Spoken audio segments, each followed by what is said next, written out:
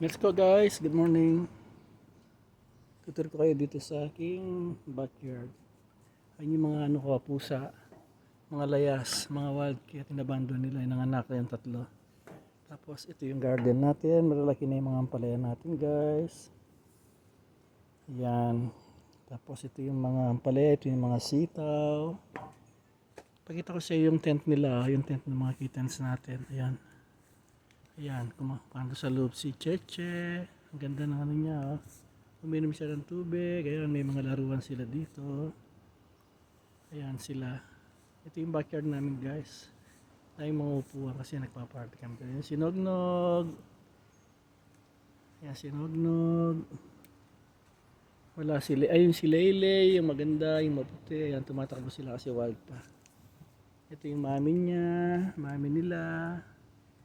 Si Lucy. Ayan si Lucy. Ayan, that's Lucy guys.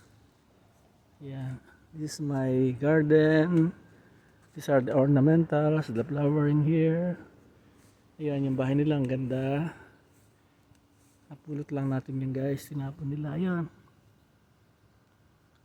Ayan si Cheche. Wala si Mika, yung pinakanok talaga si Mika.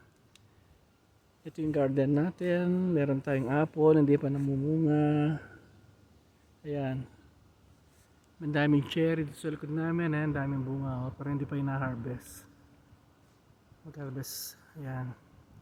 Tapos ito naman yung mga grapes natin. Ayan, lumalaki na. Ito naman yung ating mga ampalaya, mga spinach. Magluluto tayo mamaya ng spinach.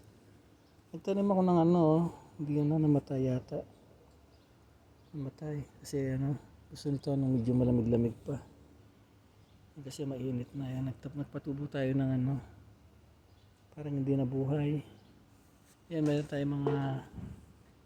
mga alokbati. Nagluto na ako ng isang araw. Ang sarap ng alokbati. Ito yung mga spinach natin guys. Nagluto natin mamaya. Yan, inuwi yata ng mga ating. Ito yung ating mga alokbati. Yan, parang may nagukay. Yan, may mga kamatis tayo. Ayan, ito yung natin, mini ornamentals dito. Ayan. Ito yung mga salad natin, mga lettuce.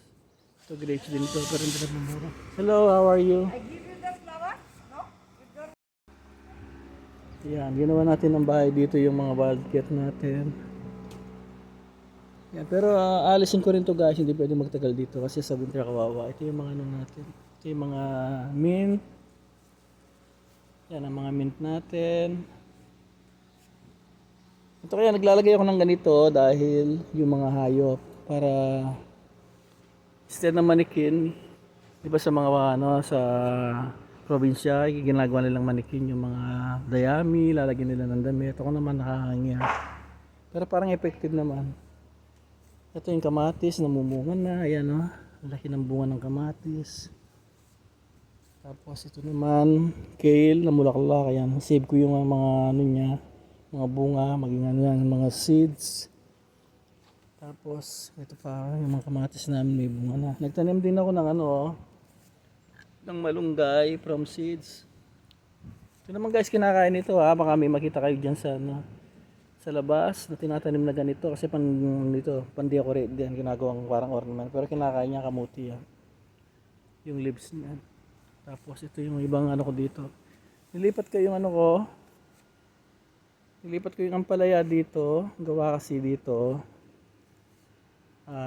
Parang hindi na maganda. Ito naman aking mga sitaw. Yan, matataas na. Ito naman aking upo. Binigay sa akin ng friend. Isa lang siya. Yan, sana makakabunga yan. I-update ko kayo dito guys. Ito yung meron akong kale. Yan, nakagamit na ako dyan. Ito, kapitbahay ko to. Dami laki ng mga kamatis niya. Yan. Yan yung update ko sa inyo guys para sa aking plan. Siguro nag-aantay na kayo kasi wala akong time para laging mag-upload ng video. Kasi palaging wala sa mood. Yung aso ko guys, baka hinahanap nyo, wala na. Namatay na si Saisi. Wala na, kaya medyo malungkot pa tayo. Iniwan na tayo. Kaya ito, boring. Pero it's okay. Yan, meron din tayong mga flowers dito. Soon, mamumulaklak na rin ito. Ito. Gumawa kami ng garden. Yan. Yan yung garden namin. Ayan si ano yan.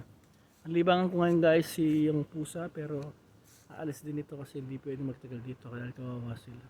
Okay, hanggang dito na lang guys. Thank you for watching. Don't forget to like, share, and subscribe. Okay, bye bye. God bless you all. Take care.